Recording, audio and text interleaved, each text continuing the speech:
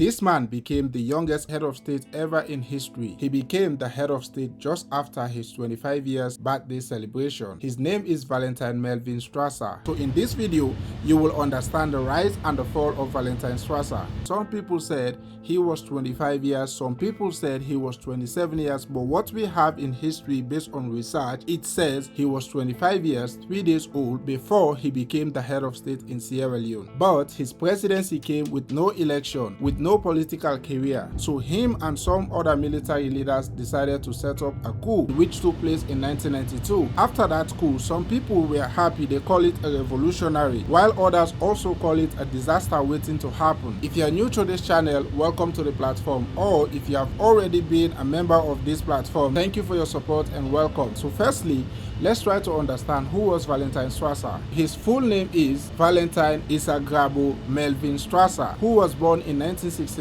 He was a very young army officer in the Sierra Leone military. In April 1992, while the country was suffering from corruption, Valentine Strasser and other young soldiers came together as a group and decided to overthrow the ruling government at that time, President Joseph Saidu Momoh, who was the head of state at that time. Just like that, the 25 years old man became the head of state in Sierra Leone. Also, let's try to understand why did he get support during that time. So at that time, a lot of Sierra Leoneans were very tired of what's happening in the country in terms of corruption, unpaid soldiers, unpaid workers. So that's why they decided to plot the coup and take over throne of the government. Also, the rebels were advancing to take over Freetown with other areas around Sierra Leone. Most of the government leaders were also seen as one of the corrupt people in the system at that time. So when Strasser became the head of state, he promised the Sierra Leonean people that he's going to reinstall what was taken from the people. He promised to end the corruption, also promised to end the war that was happening, promised disciplines and accountability for those government officials. Many people believed in him that he's going to do something different for the people of Sierra Leone. Now let's try to understand what happened when he became the president. The rebels increased their attack system from different parts of the country. The most horrible part of all this, when the people who entrusted this man to be the leader at that time experienced more suffering than how it was before. So things started escalating. People started asking questions. Why is everything going worse than how it was before? So at that time, fear became the replacement of hope.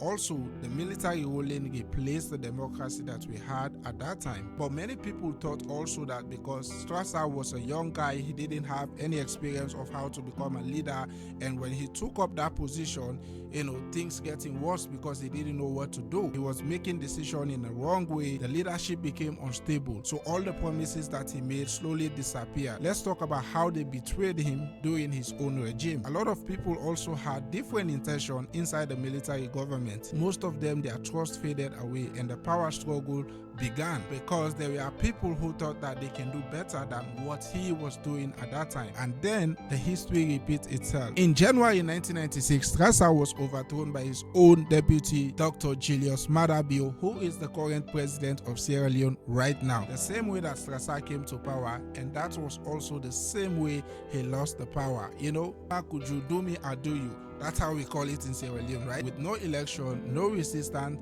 he was just removed. A lot of people are asking, is Strasser still alive, or what happened to Strasser? But many are getting it wrong. Some people said he is dead, but actually I'll tell you that Melvin Strasser is still alive today. He is living somewhere in some part of Sierra Leone based on the information that I get. Let me explain. He was living in London while he was studying, doing some course. According to information, he was expelled from the college or university that he was doing at that time because they refused to give him a stay in London. And then he started going around all other countries. Some people said he was in Ivory Coast, so the story did not end there. He decided to return back to Freetown, Sierra Leone. So based on information, the man who was a former leader was arrested and jailed in Sierra Leone. He was publicly humiliated, forgotten by many after his deputy Julius Maada Bio became the president of Sierra Leone, and Maada Bio himself took him to what many people did not also understand. According to information, he became very sick, so he had to travel to Ghana for medical assistance. So he spent some time there,